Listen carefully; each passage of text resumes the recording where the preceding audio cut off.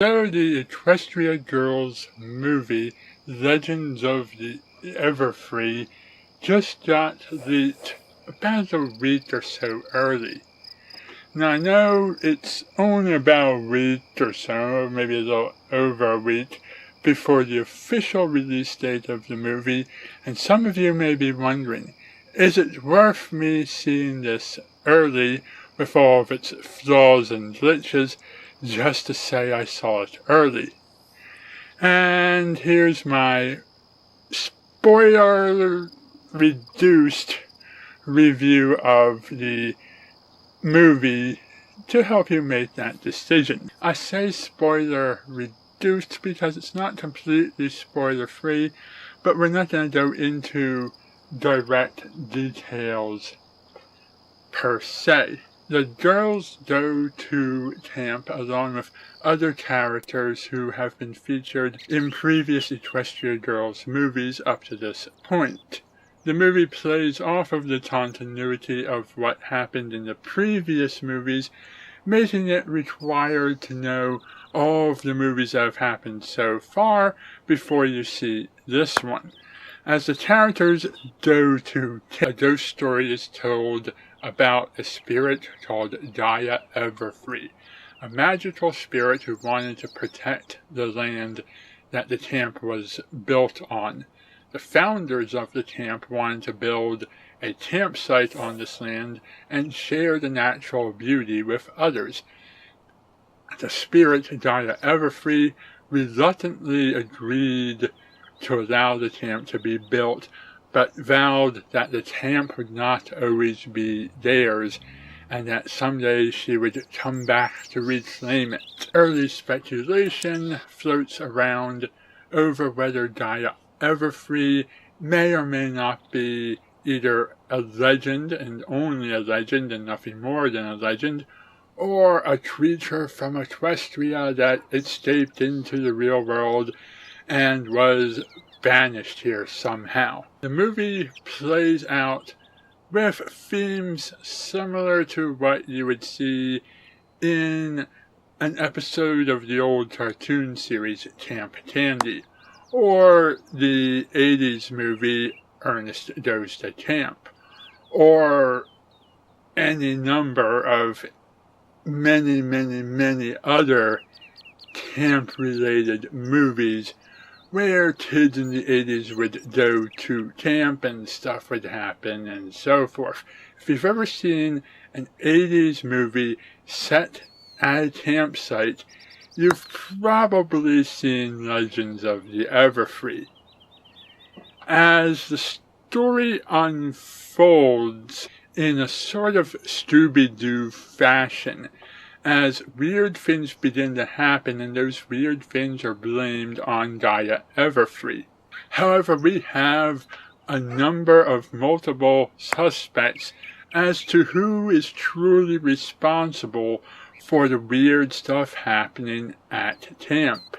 Is it suspect number 1, who has clear motivations and a personality that suggests they might be evil?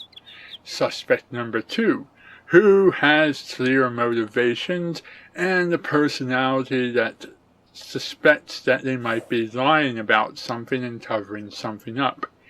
Is it suspect number 3, who has cartoon supervillainish motivations for trying to destroy the camp and everything, and is actually an antagonist from the My Little Pony series that we've seen in Equestria before, but is appearing in Equestria Girls as a human for the first time?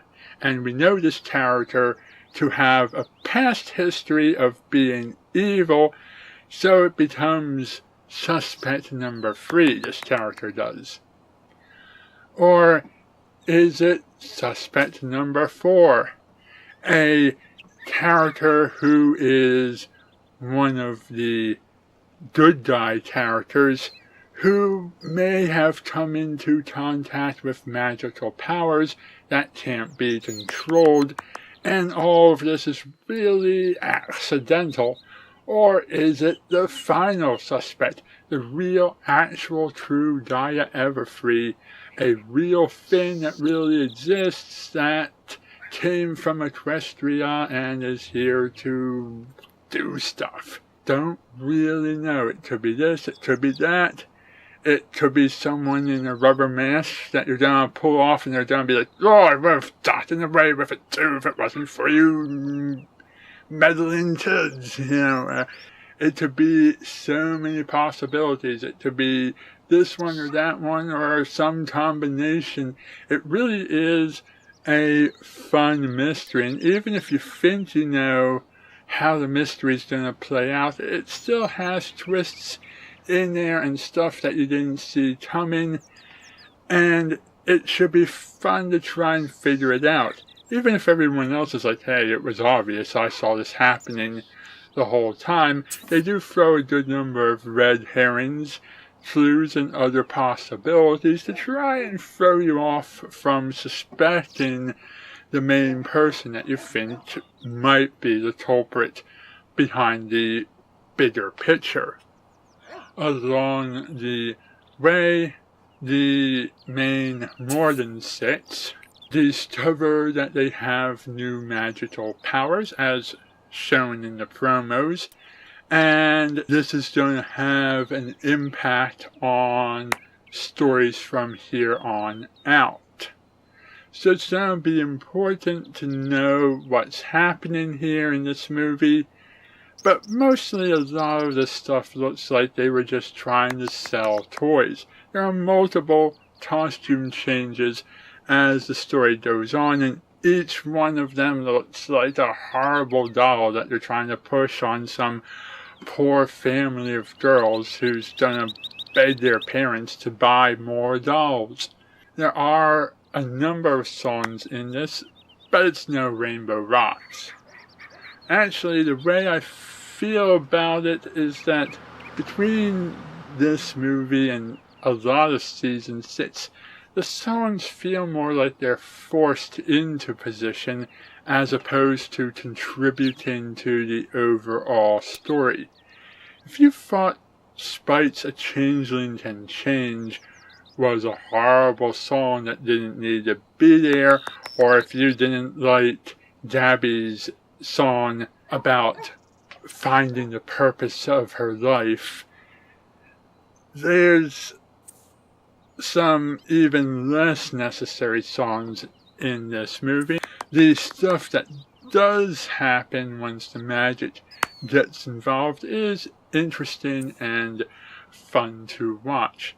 The background characters are very prominent and are mostly made up of the ones that Hasbro knows the fandom enjoys. We even get speaking roles from a couple of the background characters, and the background characters actually do something to contribute to forwarding the story and aren't just in the background. There are a couple of characters who have never been humans before in this movie, who we've previously only seen as ponies, but not as many as there could have been. There's a couple of parts in the movie that could have been cut out, but I did actually appreciate the use of Luna and Celestia and some of the stuff that they contributed to the story. There have been some predictable parts to this, but when all is said and done, it was a solid story. There's a running gag in this movie that continues throughout the entire thing, and all in all, I'd say this would have been a really good episode if Equestria Girls had been picked up as a TV series and had shown episodes every week for several months, and this had been the 4th episode in a 26 episode season. But as the 4th movie in a series that has 4, potentially 5 movies, isn't really the kind of quality that I would run to the theater and buy tickets for. Nor is this the kind of quality that I would get on a DVD by itself. It's more like what I would watch if you gave me a DVD with 5 or 6 22-minute episodes, and this was one story on that list. This really was a story that could have been told in 22 minutes, and they just sort of padded it out to be a little longer, and had a few costume changes that looked kind of ridiculous. It set up stuff that will obviously be covered in a 5th movie, but really, we should stop doing Equestria Girls movies and start an Equestria Girls series. If we can get an Equestria Girls series where the girls graduate from high school and start living their lives as normal people holding down jobs while secretly being magical girl superheroes, that could be an interesting series. As a series of one movie after another, after another, after another, the only gimmick is these are ponies as they would appear if they were humans. The songs haven't been spectacular since Rainbow Rocks, and the plots are starting to be the same plot in every movie. If you've seen Equestria Girls 1 and Equestria Girls 3, this is the same plot over and over and over and over and over again, and it's not really bringing anything new. This isn't an amazing original story like Rainbow Rocks was. It really didn't have any surprises. The only major surprise was the identity of the villain, so I'll give them that. My ultimate recommendation is wait for October 1st. It's not that far away, and you can watch it for real on full screen with no commentaries, no glitches, and no Spanish commercials.